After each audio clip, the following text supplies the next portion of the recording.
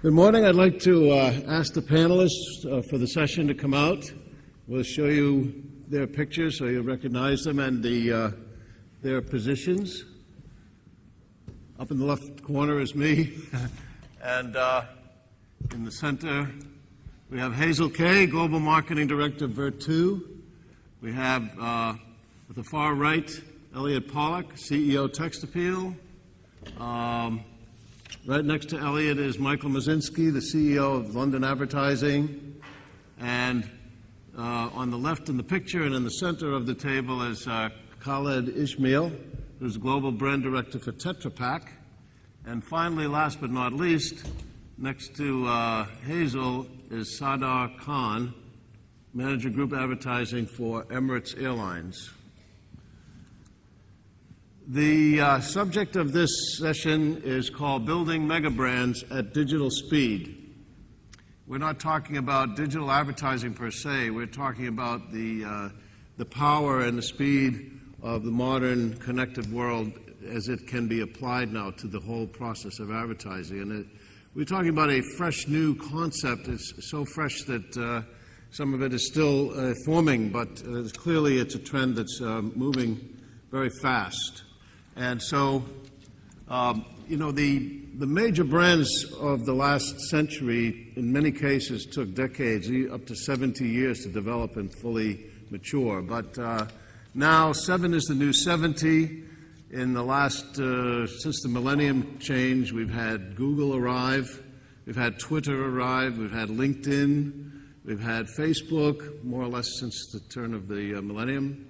And some pretty big brands, one of which I was associated with, PlayStation, and now the Nintendo Wii. Global brands emerging and crystallizing in a matter of months sometimes, certainly just a few years. So the whole process of advertising and capturing this, harnessing this power is at hand. And so we've been thinking, the team here has been thinking about new ways to address this. So without further ado, we have 4 or 5 people speaking. We want to move right along. Starting at the beginning here is Hazel, who is going to talk to you about the process of building a mega brand from Virtu, the high-end telephone. So Hazel, she's going to speak from the table. Good morning. You can all hear me okay? I thought I'd start just by explaining a little bit about Virtu, because not necessarily everybody will know who we are.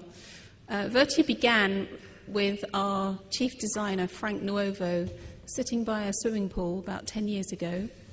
And he was doing a bit of work. He was using his luxury pen, checking his luxury watch to see what time of day it was, and then he picked up his plastic mobile phone.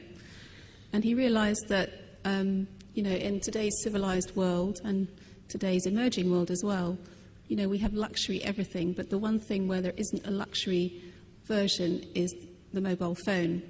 He was the chief designer at Nokia at the time, so obviously it was a great opportunity to take the idea to Nokia, and from that moment on the vision was created to create the world's first luxury mobile phone. He then pulled together the team of experts, craftsmen, engineers, designers from around the world to really set this vision forward. We built a factory which took 2 years, where we would hand make every single phone. That's where we are based today. And it took 2 years for the first phone to actually be made and to appear on the market. So that was back in 2002. Obviously, 7 years further on, we're quite established. We've been growing very rapidly, so it's a good case study, I think, for an emerging, very quick-growing brand. The last 3 or 4 years, up until September last year, we were growing very rapidly, double-digit growth, opening new stores, to the point where we're now in 600 points of sale around the world. We have 20 of our own stores in different luxury cities around the world, both in the emerging market and obviously the established world. And we have another 50 partner stores. So we grew very quickly. It was very exciting.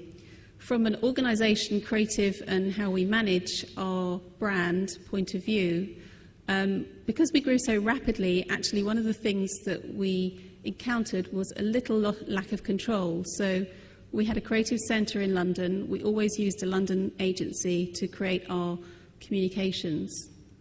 But we also had marketing representatives in the key regions who were given some flexibility to create their own materials as well. Whilst this was great because it meant things happened quickly, it got to the point where probably about a year ago when I joined, we realised that we had lost a little bit of control of the brand. So what we're now doing in terms of organisation is having a very strong creative centre in London.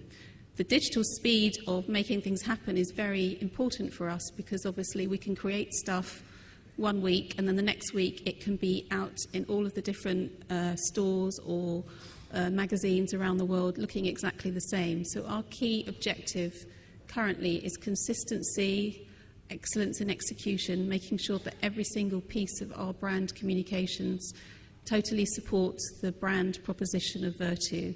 So it's absolutely critical that we have these very speedy links between all the markets.